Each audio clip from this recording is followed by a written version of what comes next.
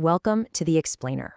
Today, we're diving into this really powerful idea about what success actually looks like in the world we live in now.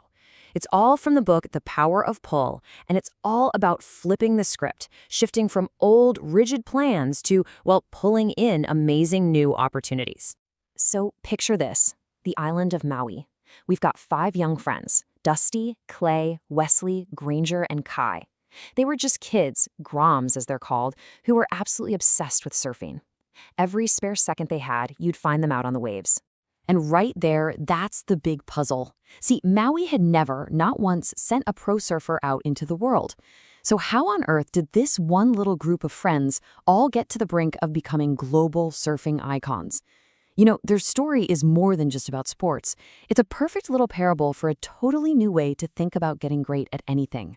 Okay, so let's get into it. How did they pull this off? Well, the answer wasn't some fancy, high-tech training facility or some legendary coach. Nope. It was something way more natural and, as we're about to see, way, way more powerful. It all came down to this one living room. After a whole day out on the water, they would all pile into Dusty Payne's house. And this place wasn't just for kicking back. It basically became their mission control for getting better. A place for learning, for analyzing, and for some seriously rapid improvement. Their whole process, it was so simple, but just brilliant. At night, they'd watch old surf movies on the VCR, breaking down every single move the pros made. Then they'd fire up the family iMac and watch videos of themselves, going frame by frame, giving each other this incredibly honest feedback. Like, hey, your foot needs to be an inch to the left on that turn. And then the very next morning, they were right back in the water, drilling those exact moves over and over again until they were perfect.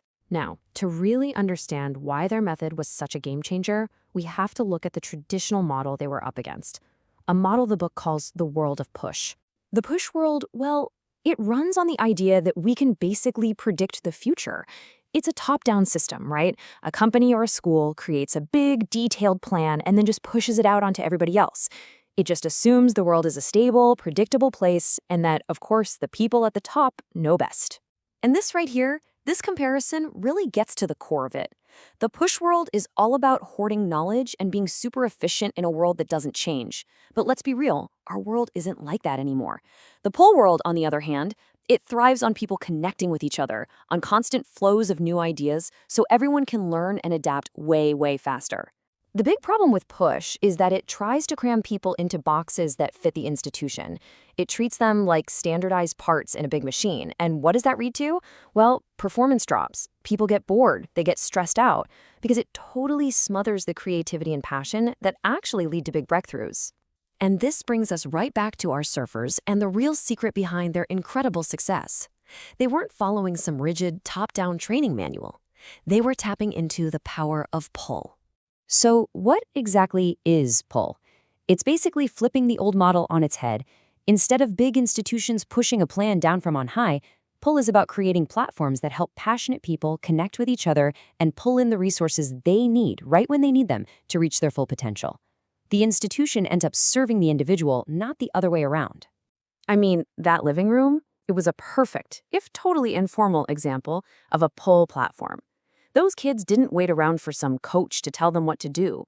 They used their own passion to pull in knowledge from surf videos and, crucially, from each other to get better, faster than anyone could have ever imagined. Okay, so the surfers kind of created this pull platform by accident, organically. But how can the rest of us do it on purpose? Well, the book breaks it down into 3 levels, and each one builds on the last. These 3 levels are access, attract, and achieve. It all starts with being able to find what you need. Then it's about setting things up so that amazing things find you.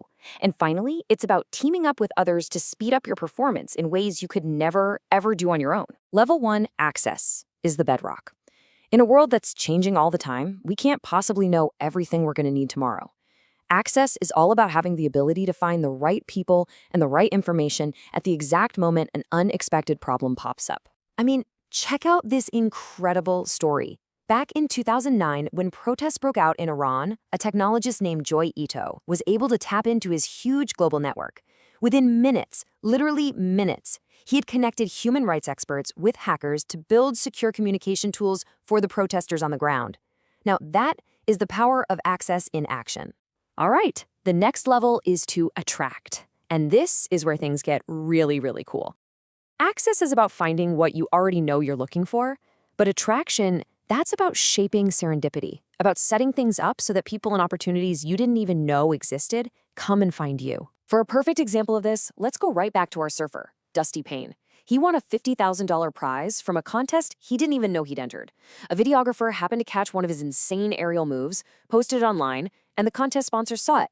He wasn't looking for the prize. His incredible talent attracted it to him. Finally, we get to the highest level of pull, which is to achieve. This is all about getting involved in what the book calls creation spaces.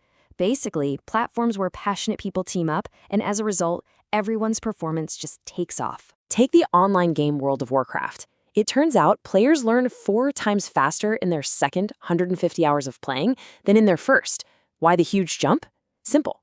As the game gets tougher, they're forced to collaborate in teams, or guilds, and this creates what's called a collaboration curve, an effect where the more people that join in, the faster everyone learns. It's an amazing increasing returns effect. So the big question is, how do we start using this stuff in our own lives? I mean, it's not just for surfers or online gamers. The principles of pull are something we can all start doing, like right now.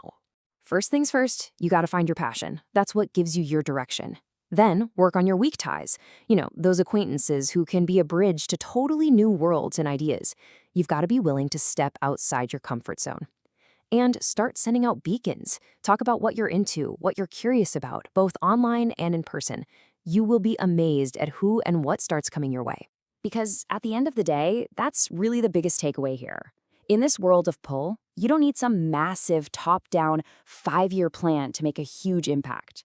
Small moves, as long as they're smart and guided by passion and connection, can truly set enormous things in motion. So the only question left is, what are you going to pull towards you?